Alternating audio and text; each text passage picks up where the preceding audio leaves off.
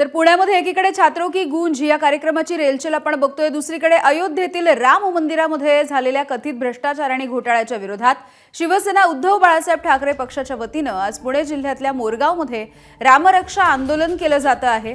पक्षाचे खासदार संजय राऊत यांच्या प्रमुख उपस्थितीमध्ये हे आंदोलन पार पडणार आहे आणि या आंदोलनाची मुख्य कमान पुण्याचे नेते वसंत मोरे यांच्याकडे सोपवण्यात आली।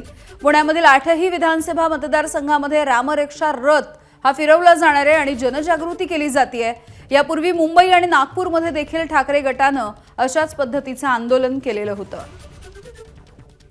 वेदांत नेब आमचे प्रतिनिधी आपल्याला या आंदोलनाविषयीचे अपडेट्स देत आहेत।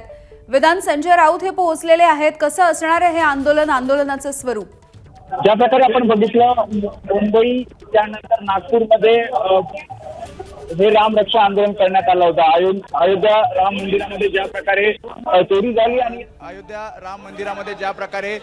चोरी झाली आणि या सगळ्या प्रकरणाच्या विरोधात हे आंदोलन ठाकरेंच्या शिवसेनेकडनं केलं जातंय। दोन आंदोलनाला उद्धव ठाकरे उपस्थित आणि ठिकठिकाणी जिल्हा स्तरावर तालुका स्तरावर हे आंदोलन केलं जात आहे। आणि आज आपण बघतोय संजय राऊत हे मोरगावात आलेले आहेत आणि मोरगावात इथे थोड्याच वेळात हे रामरक्षा आंदोलन केलं जाईल। महाआरती सुद्धा केली जाणार आहे आणि त्याआधी मध्यवर्ती कार्यालय, जे मोरगावचं मध्यवर्ती शिवसेनेचं कार्यालय आहे, त्याचं उद्घाटन संजय राऊत करतायत। काही पक्षप्रवेश पदाधिकाऱ्यांची इथे होताना आपल्याला पाहायला मिळत आहेत आणि त्यानंतर मग रामरक्षा आंदोलनासाठी जातील। रामरक्षा पठण होईल, त्यानंतर महाआरती होईल आणि बारामती असेल, त्यासोबत आजूबाजूला सगळ्या सासवड असेल, पुरंदर असेल, या ठिकाणाहून ठाकरेंच्या शिवसेनेचे कार्यकर्ते इथे आपल्याला आलेले पाहायला मिळत आहेत आणि अगदी काही वेळामध्ये हे रामरक्षा आंदोलन सुरू होणार आहे, ज्यामध्ये ठाकरेंचे शिवसेनेचे पदाधिकारी कार्यकर्ते आपल्याला मोरगावमध्ये जमलेले पाहायला मिळतात। मोरगावच्या चौकात हे आंदोलन साधारणपणे 10 ते 15 मिनिटांमध्ये आपल्याला सुरू झालेलं पाहायला मिळेल। मात्र त्याआधी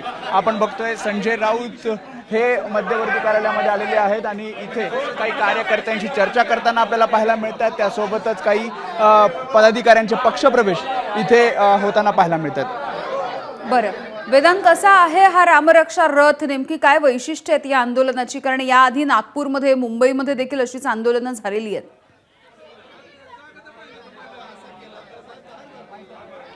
नक्कीच आपण बघितलं या आधीच्या दोन आंदोलनामध्ये, म्हणजे मुंबईमध्ये आपण बघितलं, दादरमध्ये या रामरक्षा आंदोलनाला सुरुवात झाली होती। पक्षप्रमुख उद्धव ठाकरे हे त्यावेळी उपस्थित होते।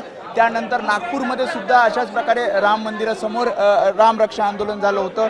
तिथे सुद्धा आपण बघितलं की रामरक्षा पठण झालं होतं, महाआरती झाली होती आणि अगदी तशाच प्रकारे मोरगावात सुद्धा, म्हणजे ठाण्यात झालं, त्यानंतर विविध तालुका स्तरावर, जिल्हा स्तरावर हे रामरक्षा आंदोलन झालं आणि आज मोरगावच्या चौकामध्ये हे आंदोलन करताना आपल्याला पाहायला मिळतात। संजय राऊत हे इथे बघतोय की या रामरक्षा आंदोलनासाठी पोहोचलेले आहेत। काही कार्यकर्ते त्यांना भेटत आहेत आणि अवघ्या 10 ते 15 मिनिटांमध्ये त्यामुळे अगदी काही वेळामध्ये हे आंदोलन सुरू होईल आणि त्याचे अपडेट्स आपल्याला घ्यायचे आहेत। मोरगावमध्ये हे आंदोलन सुरू होणार आहे। तुर्तास धन्यवाद माहितीसाठी वेदांत।